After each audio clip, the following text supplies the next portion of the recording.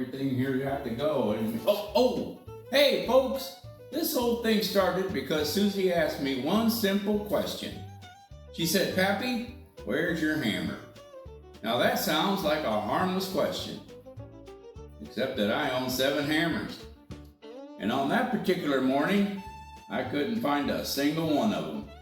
3 hours later, Earl was standing in my garage holding a tape measure that belonged to Dwayne, and I was tangled in up to 6 extension cords, and Susie was questioning every decision that had led to that moment. Well, hey there, folks. Welcome back to the One-Eye Podcast.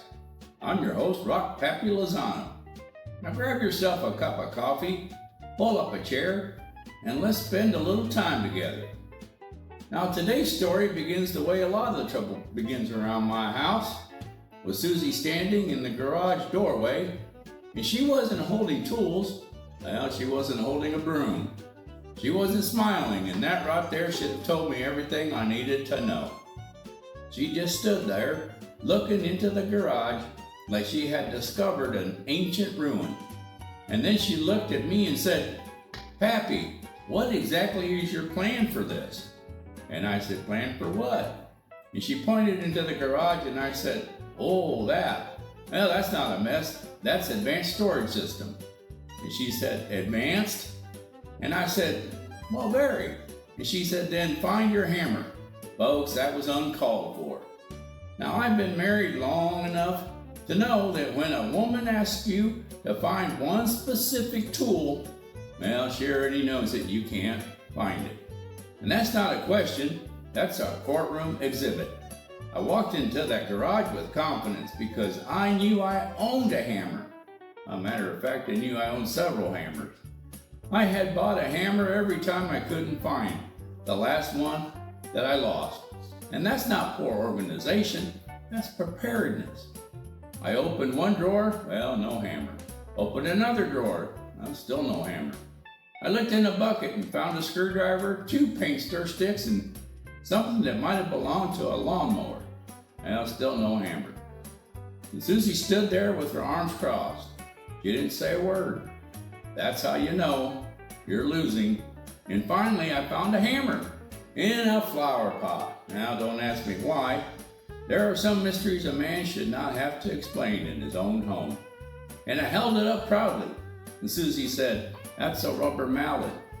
And I said, "Well, it identifies as a hammer." And she said, "Pappy, just clean the garage." Please. Look at all these hammers. I could use a couple more, I guess. You never know when you might lose these. How many do you think I got up here? Lost count. Oh well. I have them to go with all the nails I got. Specific hammers for a specific nail. That's my philosophy. Yes, sir. Now, I've been married long enough to know when a woman asks you to find one specific tool, well, she already knows you can't. That's not a question. That's a courtroom exhibit. I walked into that garage with confidence because I knew I owned a hammer. In fact, I knew I owned several hammers. I have bought a hammer every time I couldn't find the last hammer. Well, that's not poor organization. That's preparedness. And I opened one drawer, well, no hammer. Opened another drawer, well, no hammer again. Looked in a bucket and found a screwdriver, 2 paint stir sticks, and something that might have belonged to a lawnmower. Still no hammer. And Susie stood there with her arms crossed. She didn't say a word, and that's how you know you're losing. And finally, I found a hammer in a flower pot. Don't ask me why. There are some mysteries a man should not have to explain in his own home. And I held it up proudly. And Susie said, "Pappy, that's a rubber mallet." And I said, "Well, it identifies as a hammer." And she said, "Pappy, clean the garage." Now, folks, when a man faces a project bigger than his motivation, he calls backup. And so I called Earl. Earl answered the phone and said, "What broke?" I said, "Nothing broke." He said, "Then what did Susie find?" That hurt a little because it was accurate. I said, she wants the garage cleaned. And there was silence. And then Earl said, cleaned? Or cleaned enough that she stops talking about it. And I said, let's start with the second one. And about 30 minutes later, Earl pulled into the driveway, carrying coffee, work gloves, and the expression of a man who had already decided that this was a bad idea. He walked up to the garage, looked inside, took one sip of coffee and said, Pappy, this ain't a garage. This is a storage unit with a roof. And I said, man, that's hurtful, Earl. He said, no, that's generous. Now, I want to describe this garage fairly. It had character, and it had history. It had enough extension cords to wire a county fair. There were paint cans from colors we don't even use anymore. And there were coffee cans full of screws. There was coffee cans full of bolts. Heck, there was coffee cans full of things that may or may not be legal in 3 states.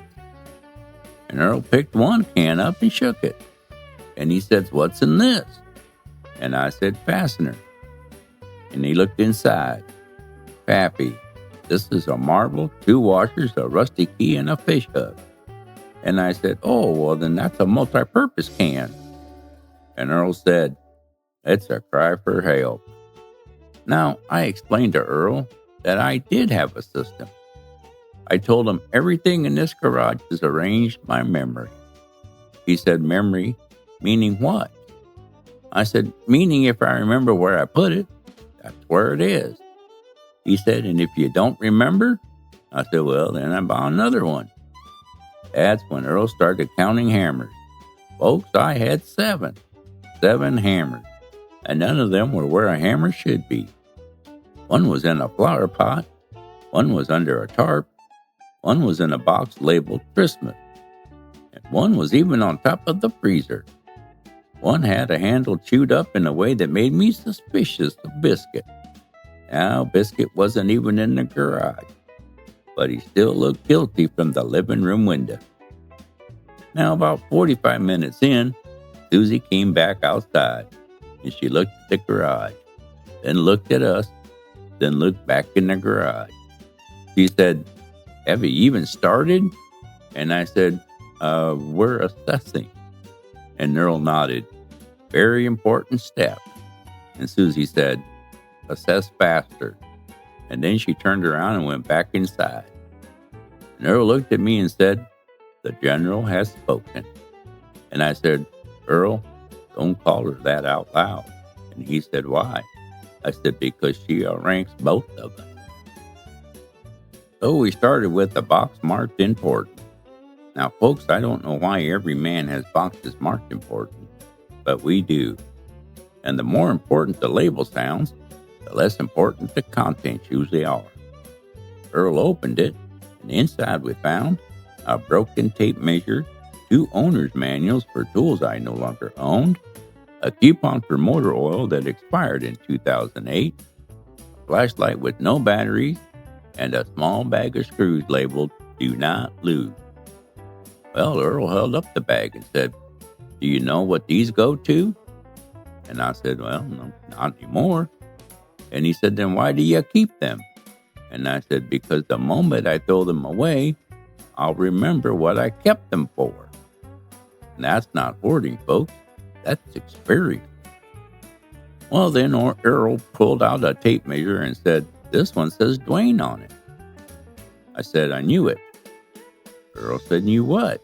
I said, Dwayne has been storing things in my garage. Earl said, but Pappy, this is your garage. And I said, exactly. That's where he'd like to hide his stuff, in my garage. Now, Dwayne wasn't there to defend himself, which made blaming him much easier.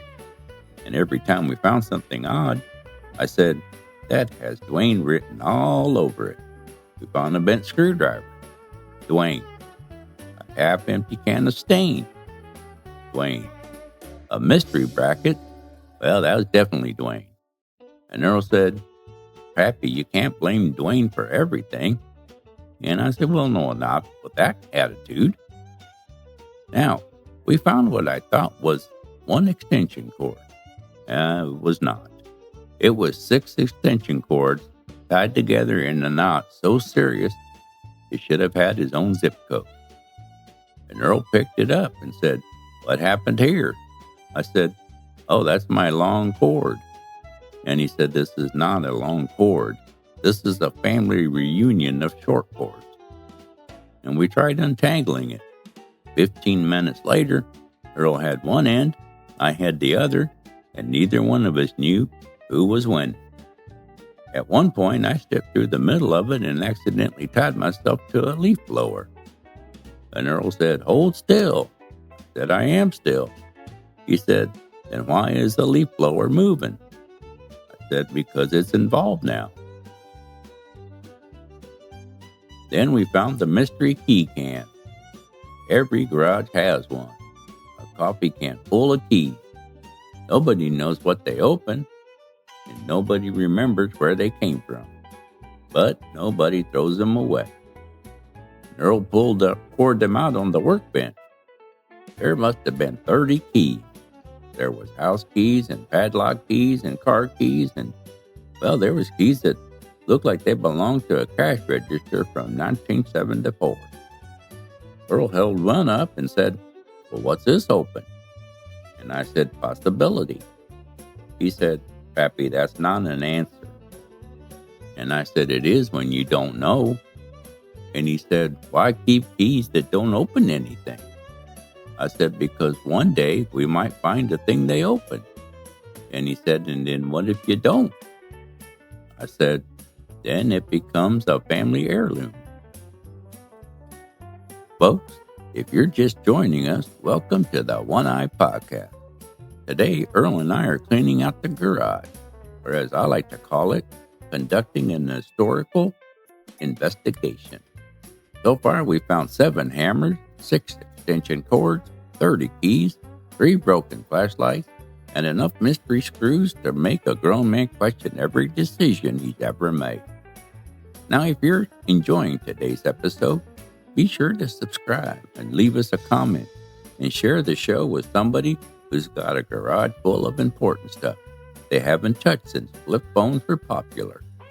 And to all my DIYers and patriots and coffee drinkers and folks who believe a man should be able to find his own hammer without a search warrant, I appreciate you being here. Now let's get back to the mess. Well, folks, that brings us to this week's Pappy's Practical Corner. And this week, we're talking garage cleanout. Now, if you're planning on cleaning out your garage, let me save you some time. First thing you need is 3 piles. 1 pile for things you're keeping, 1 pile for things you're donating, and 1 pile for things you swear you're going to fix someday, even though they've been broken since the Clinton administration. Next, label your containers, not because you'll remember what was in them, but because 6 months from now, you'll be standing in the garage asking yourself why you wrote important stuff on 14 different boxes. Keep your most used tools where you can find them. And by find them, I mean in the same place 2 days in a row. That's the level of organization most of us only dream about. Donate duplicates. Folks, nobody needs 7 hammers. Now, if you excuse me, I need to go explain that statement to Earl after he counted 9. And leave yourself room to walk.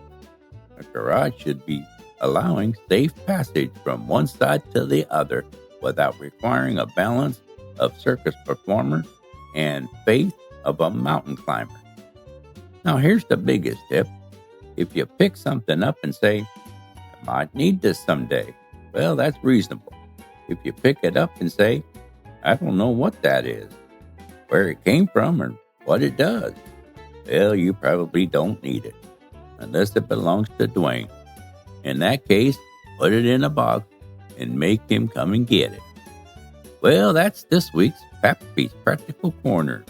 Now let's get back to the show before Susie finds another corner of the garage we missed. Now, after the practical corner, Earl decided we should organize the shelf. And that sounded good. sounded responsible, and it sounded adult-like, but those were dangerous words.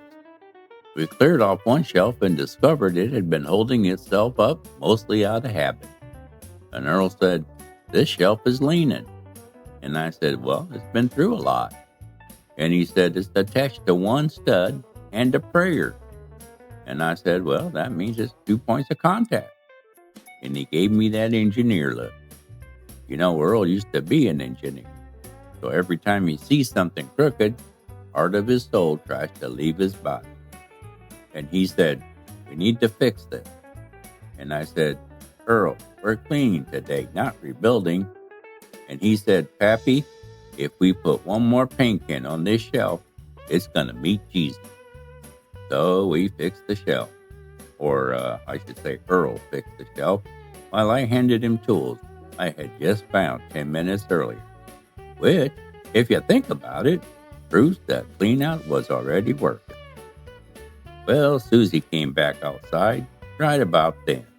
Unfortunately, this was during what I call the everything looks worse before it looks better phase. Now, this is an important phase in any garage cleanout. It's also the phase most likely to get a man in trouble.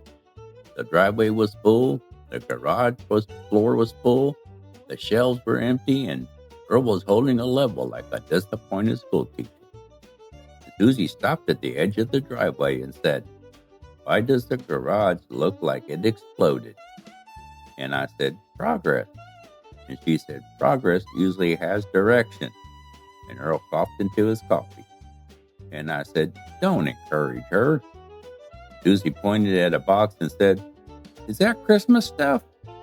And I said, "Well, maybe." She said, "It's May." And I said, "Well, then we're ahead." She turned around and went back inside. And Earl said, "You handled that poorly." And I said, "I survived it, didn't I?" And he said, "Well, barely."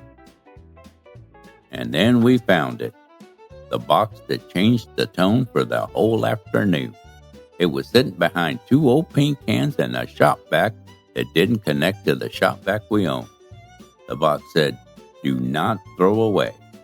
And Earl looked at me, and I looked at Earl. And he said, "Now this feels important."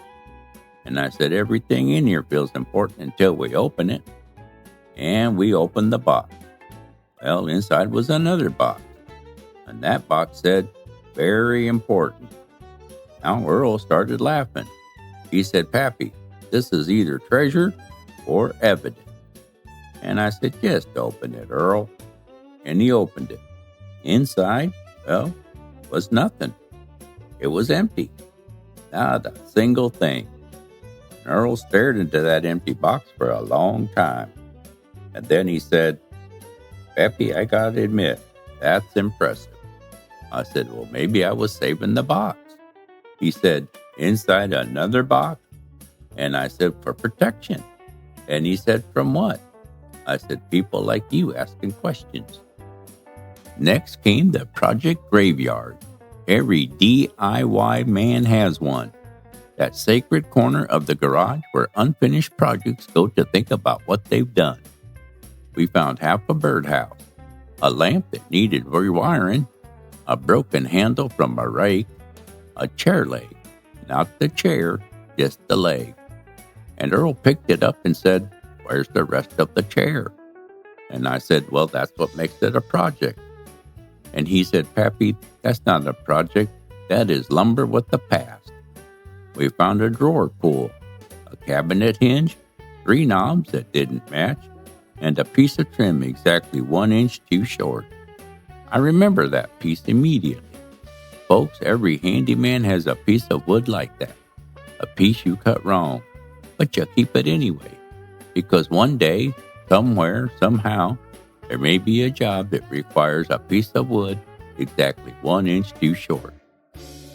Hope is a powerful thing. And at one point, Earl got real quiet. I thought maybe he was having a meaningful moment. And then he said, "You know, I got a drawer like this at home." And I said, "Like what?" And he said, "A drawer full of stuff I don't need but can't throw away." And I said, "See, you're judging me from a glass garage. And he said, well, mine's organized. And I said, that's just fancy denial. And he nodded slowly. Well, that's fair, he said. That's friendship right there. A real friend is somebody who can help you clean your garage and admit his own garage is one bad Saturday away from being on the evening news. Then came the donation pile. This is where men struggle, because everything looks useful when you're about to get rid of it. An old rake, well, might need that. Cracked bucket, still holds some things. Broken radio, yeah, it could be fixed. And Earl held up an old garden sprayer and said, does this work? And I said, depends what you mean by work. And he said, does that spray? And I said, well, no. And he said, does it hold pressure? And I said, also no. And he said, then what does it do? I said, it reminds me I need a new one. And he put it in the trash pile. And I moved it to the maybe pile. And Susie walked by the window and I moved it back to the trash. Marriage is a compromise. Now, while cleaning under the workbench, Earl pulled out an old dusty American flag bracket, the kind you mount by the porch. And he held it up, and he said, hey, you still use this, Pappy? And I said, no, that's the old one. And he said, well, are you keeping it? And I looked at it for a second. It was rusty and kind of bent a little, but I remembered putting that thing up years ago. I remembered the first flag we flew from it. I remembered mornings with coffee and looking out and seeing that flag moving in the breeze. And I said, yeah, I'm keeping that one. And Earl nodded. Didn't make a joke, because some things, well, they're worth keeping. Not because they're useful anymore, but because they remind you of something you still believe in. And then Earl said, well, at least label it before Susie throws it in with the mystery bracket. And just like that, the moment was over, which was probably for the best, as we had work to do. Now, by late afternoon, we had made real progress. The donation pile was full. Trash bags were tied, and the tools were, well, they were mostly together. The mystery keys were still a legal problem, but they were at least in one container. The floor was visible in several places, and I know that may not sound like much to some of you, but if you've ever cleaned a garage, you know seeing the floor is like spotting land after 40 days at sea. Susie came out for inspection, and Earl stood straight. I stood up straighter. Biscuit, well, he sat in the doorway like he was on the review board. And Susie looked left, and, well, then she looked right and looked at the shelves and looked at the floor, and then she said, well, and there was a long pause. I can see concrete. Folks, I nearly teared up. That's high praise right there. And Earl whispered, don't smile too big. She hasn't finished. And Susie pointed at one corner. Oh, what's that pile? And I said, well, that's phase 2. And she said, and when is phase 2? And I said, well, we haven't scheduled that yet. And Earl said, it's pending weather. And I nodded. Very weather dependent. Susie looked at us both and said, you two are something else. Then she walked back inside. And Earl said, was that approval? And I said, well, we'll say that was close enough. And after all that, Earl and I ended up on the porch with coffee. Not because we were done, because we had reached a point where continuing would have been irresponsible. There comes a time in every project when a man must recognize his limit. Usually right after his back makes a noise. And Earl said, you know what I learned today? And I said, what? And he said, you own too many hammers. And I said, Earl, that's not a lesson, that's an opinion. And he said, but 7 hammers, Pappy. And I said, that's prepared. And he said, and one was in the flower pot. And I said, that's strategic placement. And he sat there for a while sipping coffee and looking at the garage. Well, it wasn't perfect, but it was better. And sometimes better is a pretty good day's work. And Earl said, funny thing is, we spent all day cleaning and still don't know where half that stuff came from. And I said, I know where it came from. And he said, where? I said, life. And he nodded. Then said, and clearance sales. And I said, well, yeah, mostly clearance sales. Well, folks, I suppose today we learned 3 things. Number 1, every garage contains at least one box nobody can explain. Number 2, a good friend can make hard work easier and bad decisions funnier. And number 3, if your wife says the garage needs cleaning, don't argue. She's probably been right since February. So maybe your garage is clean. Well, maybe it ain't. Maybe you've got every tool hanging on a pegboard, outlined in marker like a professional shop. Or maybe you've got 3 coffee cans full of screws in a box marked important that contains absolutely nothing. Either way, I figure most of us are just doing the best we can, trying to keep up with the house, trying to finish the project, trying to find the hammer before our wives ask where it is. Maybe that's the part of why I love these little jobs. They're not heroic. They're not fancy. Nobody's writing songs about organizing extension cords. But there's something good about taking care of what you've been given. Your home, your tools, your family, your flag, your friendships, and maybe even the garage. Even if it takes a friend like Earl, 3 cups of coffee, and Susie standing in the doorway, reminding you that the organized chaos is still chaos. So to all my DIYers and to all my patriots, to all my coffee drinking, tool losing, hammer buying friends out there, keep going. Clean one shelf, fix one thing, throw away one mystery bracket. And if you find Dwayne's tape measure in your garage, well, you know who to blame.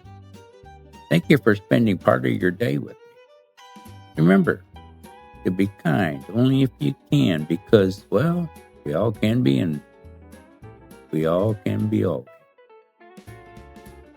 And don't forget, if this episode made you laugh or smile a bit today, then by all means share that chuckle with someone today who just might need it. You'll be forever grateful that you did.